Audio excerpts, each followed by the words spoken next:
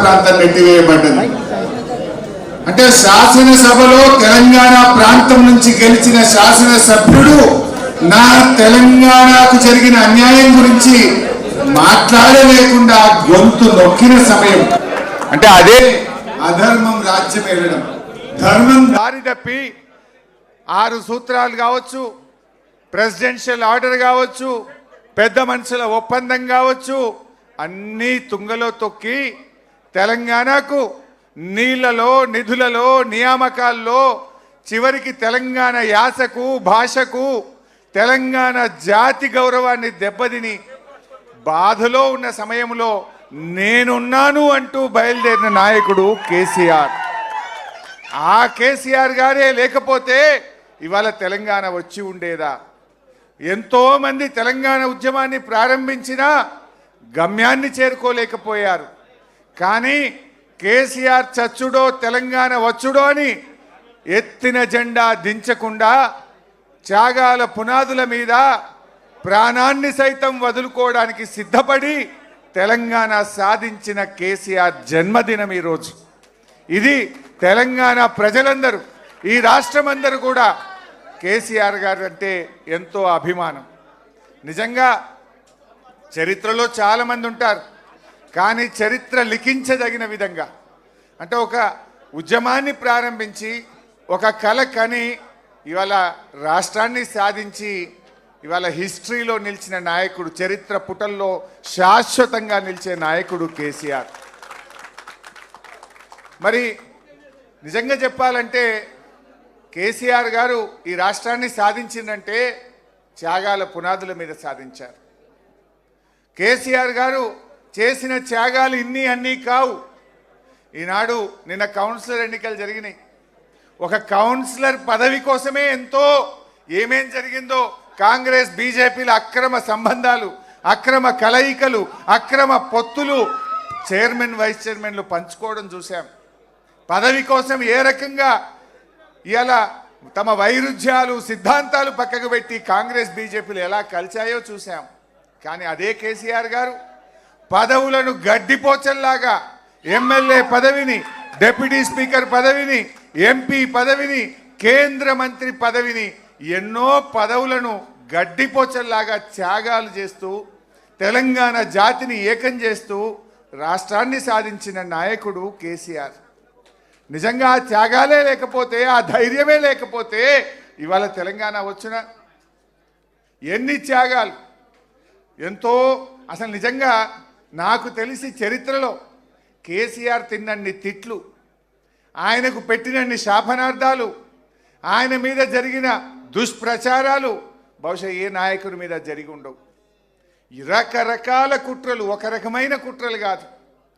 ఆయన మొండి ధైర్యం గనక, ఆయన ఒకే ఒక నమ్మిన సిద్ధాంతం కోసం ఒక మొండి పట్టుదలతో ముందుకు సాగిండి కనుకనే ఇవాళ తెలంగాణ సాధ్యమైంది. ఎక్కడ ఆయన మీద వచ్చిన అభాండాలు, దుష్ప్రచారాలు, ఆయన మీద జరిగిన కుట్రలు ఎక్కడ అధైర్యపడ్డా, ధైర్యం సన్నగిల్లినా, ఎక్కడ వెనకడుగు వేసినా ఇవాళ తెలంగాణ రాష్ట్రంలో మనం ఉండేవాళ్ళమే కాదు. ఎన్ని కుట్రలు, ఎన్ని అపవాదులు, ఎన్ని దుష్ప్రచారాలు, ఎన్నెన్నో ప్రలోభాలు, ఏ ప్రలోభాలకు కూడా తలగ్గకుండా చివరికి తన ప్రాణాన్ని సైతం, ఇంకా ఏమవుతుందో మేము ఆయన చూడ్డానికి నిమ్స్లో వెళ్ళినప్పుడు మా కళ్ళల్లో నీళ్లు తిరిగేవి. డాక్టర్లు మమ్మల్ని పిలిచి ఏమన్నా జరిగితే మమ్మల్ని తప్పు పట్టుకోవద్దు, ఆయన చివరి దశలో ఉన్నాడు, మీరు ఆయనని కన్విన్స్ చేసుకోండి అని డాక్టర్లు కుటుంబ సభ్యుల్ని పిలిచి చెప్తే మా కళ్ళల్లో నీళ్లు తిరుగుతున్నాయి. కానీ ఆయన దగ్గరికి వెళ్ళినప్పుడు మాత్రం అదే మొండి ధైర్యం, మీరు నన్ను అధైర్యపరచడానికి నా దగ్గరికి రావద్దు, నన్ను విరమించమని చెప్పడానికి నా దగ్గరికి రావద్దు, నాకెక్కడో నమ్మకం ఉంది, తప్పకుండా తెలంగాణ ప్రకటన వస్తుంది, నేను ఒకే మాటతో బయలుదేరాను, అయితే తెలంగాణ జైత్రయాత్ర లేదంటే నా శవయాత్ర అని నేను బయలుదేరాను, నేను దానికి కట్టుబడి ఉన్నాను తప్ప మీరు ఈ రూమ్లోకి వచ్చి ఆ నిమ్స్ ఆసుపత్రిలో నన్ను అధైర్యపరచొద్దు, దీక్ష విరమించమని రూమ్లోకి రావద్దు అని మాకు చెప్పేవాడు. అదే ఆయన మొండి ధైర్యం, అదే పట్టుదల ఇవాళ తెలంగాణ రాష్ట్రాన్ని తెచ్చిపెట్టింది.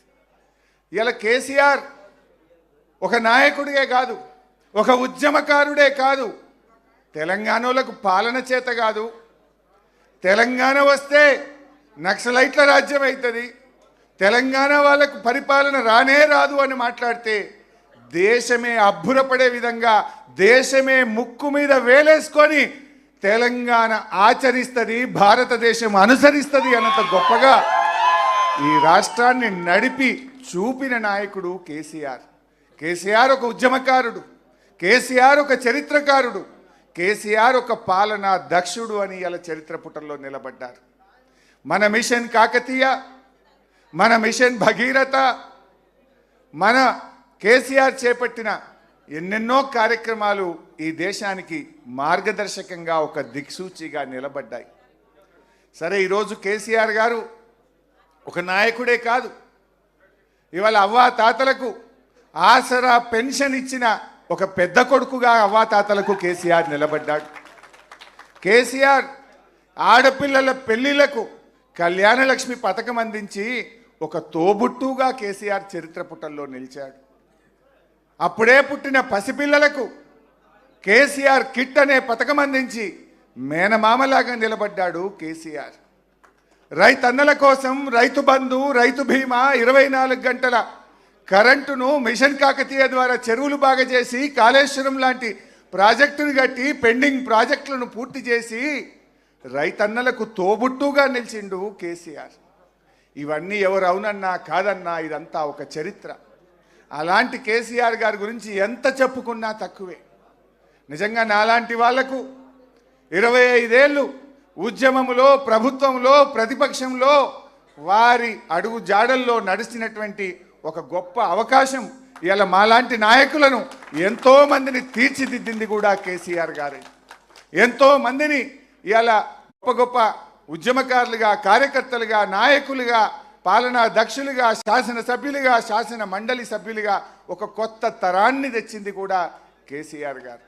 అటువంటి కేసీఆర్ గారికి మీ అందరి పక్షాన, నా పక్షాన హృదయపూర్వకమైనటువంటి జన్మదిన శుభాకాంక్షలు తెలియజేస్తూ, ఓటమి తాత్కాలికమైంది, మళ్ళీ కేసీఆర్ వచ్చే రోజు ఎంతో దూరంలో